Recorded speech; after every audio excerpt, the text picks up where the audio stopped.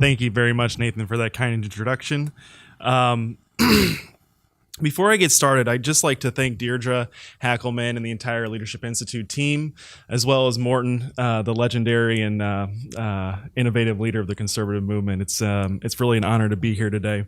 I also want to thank two other people, Frank Cannon and Jeff Bell, whose mentorship and leadership at the American Principles Project has really shaped the presentation that I'm about to give today. A lot of these ideas that I'm presenting are not new ideas, but they've been refined through working with them. I also want to thank two other people, Paul DuPont and Andrea Mori, who led the research effort behind some of the data that I'm about to present today. My first boss in politics is a man named Martin Gillespie, and over the past few years, I really learned a lot from him.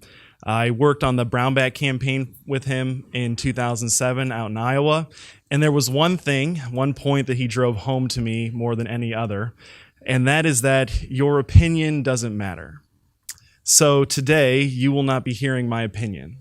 What you'll be hearing is my experiences, the lessons that I've learned, and the research and data that we've compiled at the American Principles Project to make these arguments. I will be quite forward in that I was not motivated by tax cuts or peace in the Middle East or balancing the budget. I was interested in politics because of the right to life and to protect unborn children. That's not to say that I'm not a conservative across the board. I am, even so much as to support abolishing the Department of Education. But I say that because I have worked in social conservative politics for social conservative organizations and candidates for the past 12 years. And so this is really my bread and butter. This is what I know more than anything, and it's what I'm most familiar with. I know the candidates, I know these issues, and I know how they play out in politics.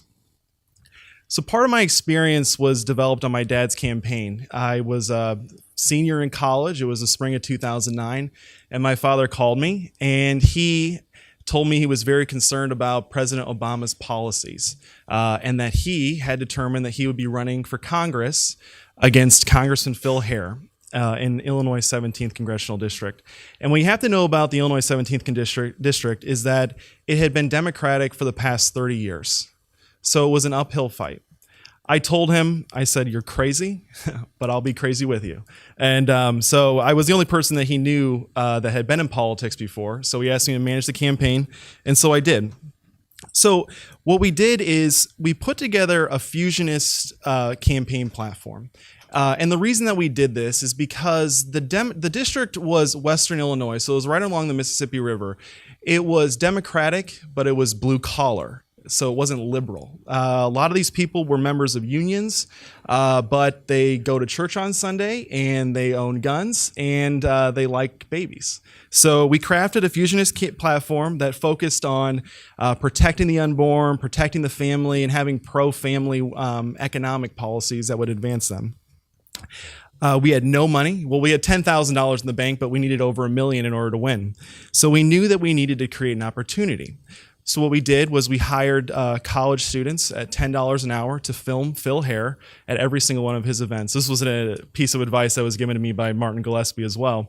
And we finally, on April 1st, 2010, hit the jackpot. We were at a town hall, and a man named Adam Sharp, who runs the blog sharpelbows.net, asked Phil Hare on camera, "Where in the Constitution does it say you can make us buy health care?" To which Phil Hare replied, "I don't really worry about the Constitution, to be honest." The rest of the story is history. We went on to raise well over $1 million. We won by 10 points, and Phil Hare lost. But I bring up this story because even though we wouldn't have won without that Constitution video, we also would not have won had we not had the fusionist campaign that we built. We would not have won if we were pro-choice. We would not have won if we were pro-gay marriage. And we would not have won had we not spoken to the economic concerns of middle-class families. It was the first time in that district's history where they didn't have to choose between their values and their pocketbooks. We won, and everything was going great. And then came Mitch Daniels. In the spring of 2011, Mitch Daniels was interviewed, and in the interview, he suggested that in order to fix the country and to win more elections, Republicans would have to adopt a truce on so-called divisive social issues, to which Republicans across the country, at the behest of their donor class, adopted. And how the truce played out is essentially this. A Democratic candidate would accuse their opponent of extremism on abortion, for example, and the media would come to candidate Smith and they'd say, "Candidate Smith, we hear that you support banning abortion even in cases of rape and incest. Is this true?" To which candidate Smith would say, "I'm pro-life and everything. However, I'm focused on balancing the budget and creating an environment in which job creators and business owners can expand their businesses and create jobs." The claims, the response that they had fell short, and they fell on deaf ears. The claims of extremism stuck on the candidates, who were then branded as extreme, and voters viewed their responses as disingenuous. And it didn't stop the onslaught of Democratic attacks. Democrats, if you remember, in 2012, went on to accuse Republicans of even more extreme policies of banning contraception and birth control, to which is completely ridiculous. There was no legislation, and there were no candidates that were adopting this position. But the real problem with this is that it missed an enormous opportunity to put the Democrats on defense on their issues. They have very unpopular and extreme positions, such as supporting late-term abortions, taxpayer-funded abortions. They even oppose parental notification, all which are very unpopular with voters. It was disastrous, to say the least. To the point where Stuart Stevens, who was Mitt Romney's campaign manager in 2012, in a post-election interview, noted that in their voter research, they found that a large sect of voters actually believed that the formerly pro-choice governor of Massachusetts, Mitt Romney, was supportive of banning contraception. It was a complete disaster. While our campaign was no exception to being charged with extremism on abortion, we were an exception in how we responded to it. So my father, Congressman Bobby Schilling, was attacked by our Emily's List funded opponent as being an extremist on abortion. But she actually went further to claim that he supported rape. And so when the media came to us and asked us about these questions, we dismissed it out of hand. But we responded simply with, if Sherry Bustos would like to talk about extremism on abortion, we'd love to. She supports your 13-year-old daughter getting a late-term abortion funded by the taxpayers and without your ability as a parent to even know about it.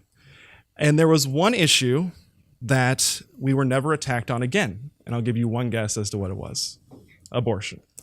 And while redistricting ultimately did us in, Obama won our district by over 50,000 votes. We lost by just under 19,000. We were able to bring over Obama voting Democrats to our campaign, again, because they didn't have to choose between their values and their pocketbooks. Using these issues helped us outperform the top of the ticket. The bad news is that the truce is still here. It's just not alone. It's no longer affecting the pro-life movement. It's affecting everything else in the social conservative movement. That's why I thought it would be fitting to discuss today the state of the social conservative movement, where we're winning, where we're losing, why, and how we can start winning again. Undergirding my entire presentation are two key points. Politics is not downstream from culture. Politics is a shaping part of culture, and the left is currently using it to shape our culture in a very bad way. And two, politics is one part of culture where conservatives can and must fight. So let's go back to where we're winning. I think it's a fairly easy argument to make that the pro-life movement is winning. While we haven't won yet, we are making progress. 32 states have Hyde protections. 17 states ban abortion at the 20th week. The House just last night passed a ban on abortion at the 20th week, a nationwide ban. And Congress has included defunding Planned Parenthood in every single Obamacare repeal bill. We're winning so much on the right to life issue that the Democratic Party is now debating openly whether or not they should start accepting pro-life Democrats again. Even more so, and even more importantly, though, President Trump ran on this in the campaign, ran on being a pro-life candidate, nominating pro-life justices, defunding Planned Parenthood, and signing a 20-week ban of abortion into law. And he's made it a key part of his administration. What's undergirding all of this is that politicians and people in the public are not afraid to take a public position when it comes to opposing abortion rights. However, if you ask a politician to say that there are only two genders, or that a mom and a dad is the best situation for a child to be raised in, or that someone shouldn't be forced to participate in a gay wedding even, you're going to have a lot of good luck in order to find that type of politician. The pro-lifers became political, and I would argue that that's a large part to their success. It's very difficult to find any progress when it comes to marriage, religious liberty, or even issues of gender ideology. Right now across the country, we have bakers, florists, t-shirt designers, even esteemed fire chiefs who have served their fire district well over the past 10 years. They're being fired, they're being fined, they're being sued, and they're having their businesses and livelihoods shut down and taken away from them. Schools across the country are adopting transgender toolkits to induct children as young as kindergarten into this radical gender ideology. They're forcing children in schools to share shower facilities, sports teams, locker rooms, all on radical gender ideology. In the past few years, over 40 pediatric gender clinics have opened up where they serve children as young as 3 and encourage them to transition and change their gender. All of this is very concerning and alarming. However, not quite as shocking, but just as alarming and probably even more so, should be the fact that Republicans and conservatives are no longer willing to fight on these issues. And it's in large part because the Democrats and the left are collecting scalps. In an interview recently in Rolling Stone magazine about billionaire philanthropist Tim Gill, he was quoted as saying that he would spend his $500 million fortune that he made to punish the wicked. And what does punishing the wicked means? Or wicked mean? It means humiliating people publicly and making people lose their elections based on these issues. It sends the message that if you champion these issues, you will be humiliated and you will lose your race. It has had a chilling effect on the movement and on all politicians across the country. For example, in 2016, Pat McCrory signed an HB2, a bathroom bill, into law, and he was defeated by just 10,000 votes. When I bring this up, a lot of people will actually say, well, he didn't lose because of the bathroom issue. He lost because he signed toll roads into law. Well, okay, I would say that that's maybe 10,000 votes worth. But the bigger story that everyone misses is that he was outspent 48 million to 23 million when you count outside groups. I think that had a lot to do with a 10,000 vote gap, much more so than any toll road would affect. We've also lost good congressmen like Scott Garrett for remarks that he's made. And we work with a lot of activists across the country, and even Governor Mike Pence of Indiana was in danger of losing his reelection from signing the Religious Freedom Protection Act into law. So why are we losing, and how do we start winning? And I think that the big thing that we have to learn, in order to figure this out, we have to compare the winning side, the pro-lifers, with the losing side and the family and gender issues. Pro-lifers and pro-life organizations like the Susan B. Anthony List have invested heavily in politics. They rally politicians and elected officials around specific and meaningful legislation. They get public commitments, and they invest the necessary resources in order to win elections. Susan B. Anthony List is actually incredible. They have an entire effort designed at converting Democrats on key abortion legislation and messaging, and that's partly due to the stealth strategy that social conservatives run on other issues, and I'll get into that more. But when politicians win a campaign on a pro-life platform, it's impossible to cast the issue as outside the mainstream, especially when you elect a president like Donald Trump who wins swing states like Pennsylvania, Ohio, Wisconsin, and Michigan. But more importantly, it keeps the issue relevant and it keeps the issue alive in the public debate. When issues are deemed outside the public debate, it means they are either irrelevant or outside the mainstream and beyond the pale. They're undebatable. Support for these issues once outside of politics usually erodes into irrelevance. Two examples of this I would submit are Canada and Great Britain, where abortion has not been in politics for a very long time. Americans are twice as likely as Canadians to support banning abortion in all cases, and they're 3 times as likely as the British in supporting banning abortion in all cases. Britain is interesting, actually, because support for banning abortion in Great Britain has actually dropped between 2005 and 13 from 12% to less than 7%. The American left has learned that politics can shape culture and that it can drive culture. And that's what they're doing to the rest of the movement. The fortunate thing for the social conservative movement is that the pro-life movement did not allow themselves to become victims to this strategy, and they very well could have. Democrats are spending hundreds of millions of dollars. I named Tim Gill. He's spending $500 million to punish the wicked. And they've convinced conservatives of a big myth, that politics is downstream from culture, when the exact opposite is true. They do this, of course, to get conservatives to focus on the battlefields where they are strongest, such as the academy, the media, the arts, and a ton of Hollywood, everything. Politics is a shaping part of culture. It's where we determine what's good, what's true, what's just, what's right, what's moral, and it's where we determine what's beyond the pale and acceptable. The law is a teacher, and it affects the culture in dramatic ways. More so, it's our best hope. I mentioned a few cultural cult areas of culture where elites dominate, leftist elites dominate: academia, media, Hollywood, arts. But even more shocking recently is the Chamber of Commerce has adopted left-wing social policies and are punishing Republicans for supporting these policies. And I want to be clear, I think that it's very important that we continue fighting in these other arenas. It's very important. And I will say that I think that we're doing a pretty good job of fighting where we can on these issues. We've got some of the brightest minds around fighting in these other areas. If you look at Princeton professor Robbie George, or Ryan Anderson at Heritage, or even Kelly Fedoric at Alliance Defending Freedom, these are all bright people, and they're hard workers, and they know what they're doing. But all of their work, all of their progress, and everything will be for nothing if it's not reinforced through politics. Not only can we win, though, in politics, we must win in politics. The left is trying to shut us down here. Social conservatives are in danger of losing everything, and it's because we've abdicated our responsibility and duty to invest in politics. This is where, when I'm speaking with donors or other activists, they usually say something like, but social conservatives already invest in politics, and we actually invest a lot. That's actually not true at all.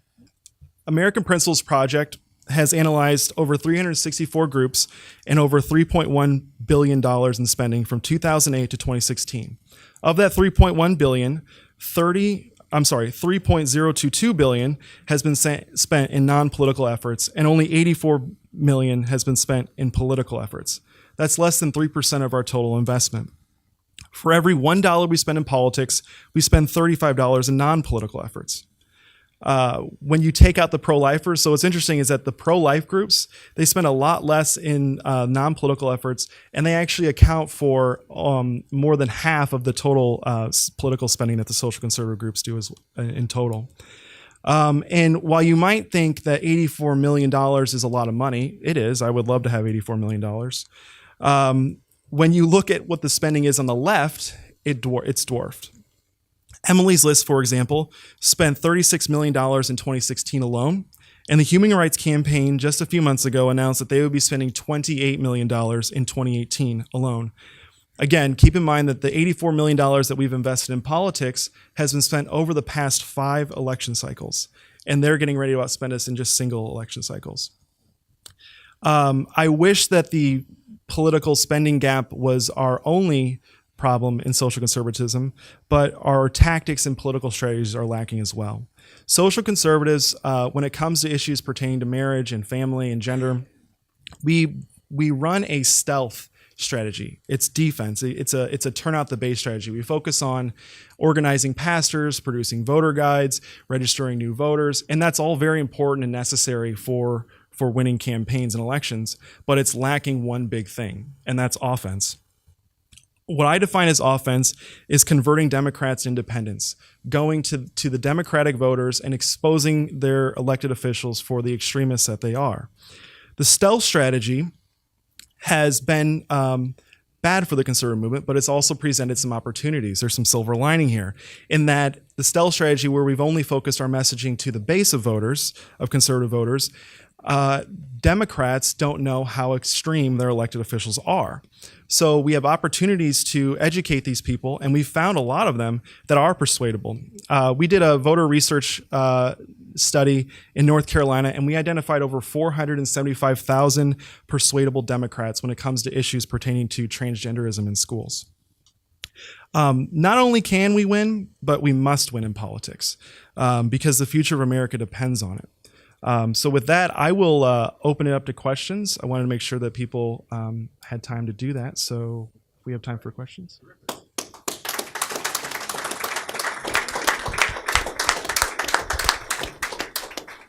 Well, that was an interesting presentation.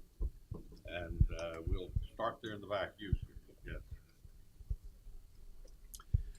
The defensive strategy didn't work. Would you say a little bit more about what the offensive strategy is? Yeah, of course. So what the offensive strategy is it's targeting Democrats and independents. We've done several polls and we've done some research on voters to figure out what messages are most persuadable. So what I would argue is that what we did in North Carolina was we did an online consumer panel focused only on Democrats. And we tested a series of messages regarding the transgender issue. We tested transgenderism in schools and then transgenderism overall with bathrooms. And the most effective messaging was in highlighting the fact that Roy Cooper, the candidate for governor, the Democratic candidate for governor, supported forcing children in schools in North Carolina to change their gender, to share showers and locker rooms with each other. And when we did this, the research group that we used gave us a list of 475,000 Democrats that were persuadable on this issue. And from that list, had we saturated it, had we got to all of those voters, it would have yielded a total of 135,000 Democrats converting to supporting Pat McCrory. And that's a net change of 270,000. When you start changing numbers like that, the Democrats can't win. So that's what I mean when I'm talking about offense, is actually scoring points, not just turning out your base and stopping them from scoring, but actually scoring points on the Democrats. When you take away their base of support, they can't win elections. And so that's what I'm arguing that we should start focusing more on as a movement. Next question, in the back, yes. Yes, I'm Dino Drudy. I'm more of a nationalist conservative. The question I would have for you, which you touched upon, is the role of business, and especially big business and organized business. It seems on these bathroom bills, the first ones to hit the ground were the businesses and their representatives, and their opposition was what turned people around.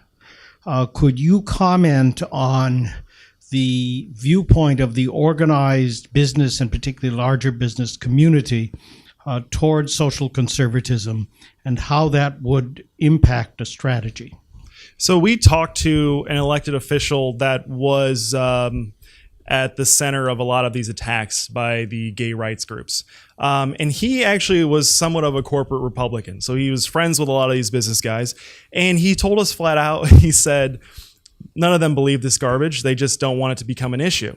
And they have activist members on their boards, and they have activist employees that are pushing them to oppose these types of policies. And that's why they're doing it. They feel squeamish. Look, the business guys really just want to make money, and they want to make as much money as possible with as little distraction as possible. And so when Human Rights Campaign puts a company like Chick-fil-A, for example, on their top 10 hateful businesses, they get lots of phone calls from angry activists who are radical, who do lots of threats. So they don't like to go out and step on this issue, even though I would argue, Chick-fil-A doesn't take any more public positions. Their owners don't on marriage or gay rights issues, even though, I think that the marriage issue actually gave them quite a bit of a boost to their customer base. So I would say that in order to respond to that, we would need to start putting our own pressure on corporations as well. And not just, general boycotts, but I mean, targeting CEOs, calling their offices and demanding why they support forcing our children to share showers and locker rooms and sports teams with members of the opposite sex. I think that could be a good start. They're just squeamish, and we need to give them an excuse to give to the Human Rights Campaign and put them in a difficult spot. That's what I would say to that. Could you please say what's going on in Virginia is the governor going to be a Republican or a Democrat? That's a very interesting question. I don't know what's going to happen with the election coming up. But I saw something in the news that was very concerning to me regarding Ed Gillespie. You know, it's funny how these LGBT activists operate. He was in a private backdoor meeting with the Virginia Chamber of Commerce, and he made a private pledge to them to not take up any social issues like the bathroom bill, to which they immediately leaked to the press to score points.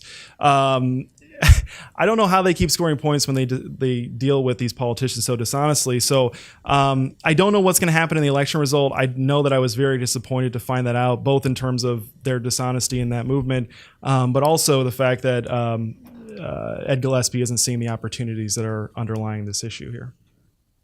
Okay, question over here, yes. Wait for the mic, please. Okay. Thanks. What do you think of the idea that's floated out there to create new social media platforms? And how would you balance using the current social media platforms and maybe having an eye to creating new ones?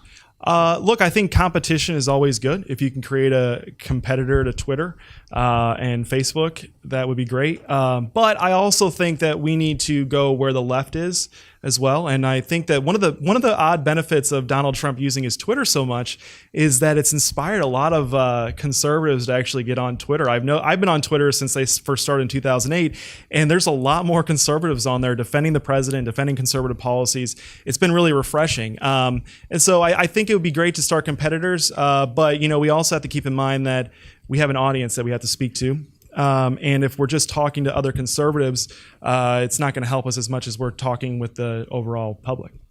I asked that because of the censorship, because they're censoring more and more every day. Yeah, then I think that presents an opportunity to create a competitor.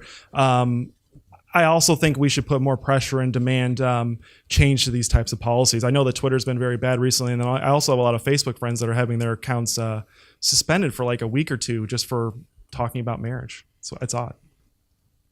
In the back, yes, sir. You talked a bit about squeamish corporate types, but what about people like Mr. Soros that not only pour a lot of money here, but I also know I was out over in Poland and saw how they're trying to impact a heavily Catholic, pro-life country through mass media. So it seems like there's an attack coming in from the political side, but also from mass media to try to shape the culture, and there's a lot of money behind it. Right. How do you deal with that? And then I also look here in the States and see things like Tim Allen's program that was canceled because it was presenting a conservative in a positive light. Mm-hmm. What I would say to that is that the media is dominated by elites who tend to be left-leaning culturally. So what we need to do is make sure that when we go on the media that we have the best points possible, and we have the smartest people on there talking. But it's an uphill battle. I mean, it's very tough to completely reform the mainstream media. I mean, we've been talking about this since at least the 80s of taking on the mainstream media. I mean, I was born in 86, so I did probably before that. Yeah, that's a tough question, because the media is an influential force. But what we need to convince ourselves of is the same thing that Reagan learned, which is that the media is just a lot of noise, and it affects the elites much more than it does the people. Reagan was he was voraciously attacked when he ran in 1980 for being so pro-America. I mean, they chided him as a cowboy and as a radical, as too patriotic. And he went with it. And I love that we're seeing Donald Trump have the same type of reaction to being criticized by the media. Rather than fold under public pressure and by pressure from the media, he runs stronger to the right. So I think that we need to fight the media, not just within the media, but in the other areas of culture that we can actually affect. And I think that the best answer to that is fighting them through politics like Donald Trump and Ronald Reagan did. Yes, question here. Wait, please, Aaron, for the microphone. Thank you. I recently attended an immigration conference, and you made the comment of winning over Democrats. Mm-hmm. At this immigration conference that I attended, I was shocked by how many Black people were attending it. Okay, and they told me that they were very disappointed in the Democrat Party, that they felt they were abandoned by the Democrat Party. They stuck with the Democrat Party so long as Obama was in office because they kind of felt a certain amount of loyalty of supporting, the first black president. But since he's gone now, they have really pulled back from the Democrat Party. And I asked them, well, why are you here? And they said the one thing that has truly negatively impacted the black community is the onslaught of illegal immigration. And one lady came from Compton, California, and she said, if we had been able to, because of the breakup of the black families, she said, if our black men had stayed and been there in our homes, we would not have been overrun by all these illegal aliens who've now taken over what was once their community of Compton, California. So could you further elaborate on that trend? Yeah, I think that when it comes to typically Democrat-leaning voters, such as the black community and then also Hispanics, I think there's a lot of opportunity there to be quite forward. If you look at Hispanics, they're very traditional believers. I mean, they're Christians, they're pro-life, they're pro-marriage, and even in the black community, they're pro-marriage as well, and somewhat opposed to abortion. We should be doing a lot better job of making inroads with them. I don't know exactly how much the immigration issue impacts them. I will say that we could use definitely a lot more border enforcement, and we should be kicking out especially a lot of these violent illegal immigrants. But we need to also be careful about the coalition that we're building, right? Because we're not going to be able to build a coalition if we're breaking up families. And the other thing is that I would, submit, and this is, I differ with some parts of the conservative movement on this, but I argue that people are not pollution, and I think that people are prosperity. I like that people want to come to this country. I do think that we should reform the immigration system to be more streamlined, but I can't really comment on the effects of immigration within the black community. I'm sorry. I just don't know. All right, all the way in the back there. Were you putting on your coat? All right, we have another question here. Hi, so I'm a candidate just north of here in Montgomery County as Republican for the state Senate in District 15. So my question is specifically on the pro-life, on abortion. So let's assume we have complete success and we outlaw abortion. How do we speak to the medical issues? Because abortions will still happen, they just won't be legal. True? I mean, we know this. Because it was before it was illegal. How do we speak at a much to reduced that? Rate. I'm sorry? At a much smaller rate, well, not 1 million per year. Absolutely. But so how do we speak to that, to folks who that's their issue, the health of the woman, or the insistence that now they will go underground to do that? How do we speak to that? Okay, so I think there's a lot of interesting things about this question, because that's an excuse that's given a lot. The abortions will still happen even if you ban it. But we have to keep in mind that there is a lot of support out there for these needy mothers who need help and that find themselves in crisis situations. I will speak something else, though. When the Republicans were arguing about defunding Planned Parenthood, I think they took a very smart tact in that they didn't announce that they were cutting the funding that was going to be going to Planned Parenthood, but that they would be redirecting the funding to go to other clinics that do not perform abortions. And so I think that to respond to, if we were to ban all abortions, which is very far down the road, I believe, we would need to increase support for these mothers. And we do need to start looking at our tax policies and our budget policies and changing those to be more pro-family oriented, encouraging fathers to stay in the home, encouraging families to stay together. We shouldn't have a marriage penalty. We should have a divorce penalty. But I think that so I would argue that we do need more resources, and that we'll have to handle that when it comes. But right now, as far as I'm concerned, there are 1.1 million abortions performed every year, and that's way too darn many. We have time for a couple more questions. Jorn? Yeah, I was going to say, with regard to abortion, with the mic, please, or with regard to population growth. Sorry, thank you. With regard to population growth and economic growth associated, that arguably at least, and I haven't checked the statistics lately, but in a sense, isn't the menace to the American economy slow growth in the labor force through, to some extent, natural, without having a lot of natural increase, that we just don't, we're finding that it's a problem to get people into the labor force and do that work. I'm not looking forward to working in a steel mill. I'm only 77, about to be 77, but I'm not looking forward to working in a steel mill starting next week. So my point, that's it. Well, I would actually say to that, I agree. I think that I'm a little biased. Okay, I'm the oldest of 10 kids. I have 4 of my own, and I'm only 31 years old. But I view these every baby that we create, right? You need to buy diapers for. You need to buy food for. They're going to need a house. They're going to need a car. I mean, people are economic drivers. They create demand when you create people. And so that's why I really like some of the Republican proposals right now on tax reform that they're talking about expanding the child tax credit. I think families need more relief when it comes to taking care of their families, and especially in regard to tax policy. We incentivize, we focus our tax policy a lot more on business and expanding jobs and giving them tax breaks, but we don't focus the relief on the real economic drivers, the demand, which is the people. Just like we invest and have loopholes in our tax code for businesses, we should also incentivize the creation of more babies. Okay, we have time for one more question. Is there another question? Okay, go to it. Last question. One area that I've been rather disturbed about is at the United Nations, they've been trying to push the idea that abortion is a human right. And in places like Ireland, they've been attacking a pro-life country where the idea is that the most fundamental right is the right to life, liberty, pursuit of happiness.